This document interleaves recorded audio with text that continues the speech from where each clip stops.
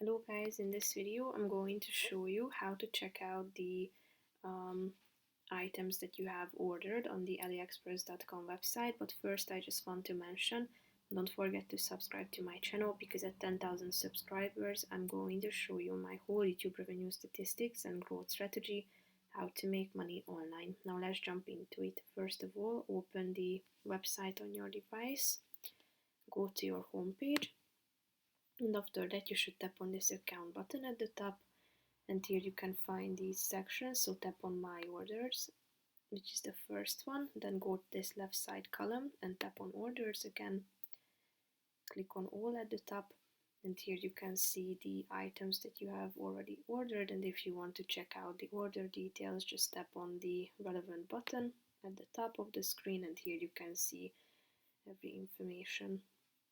So that's pretty much it for this video, guys. See you in the next one. Bye bye.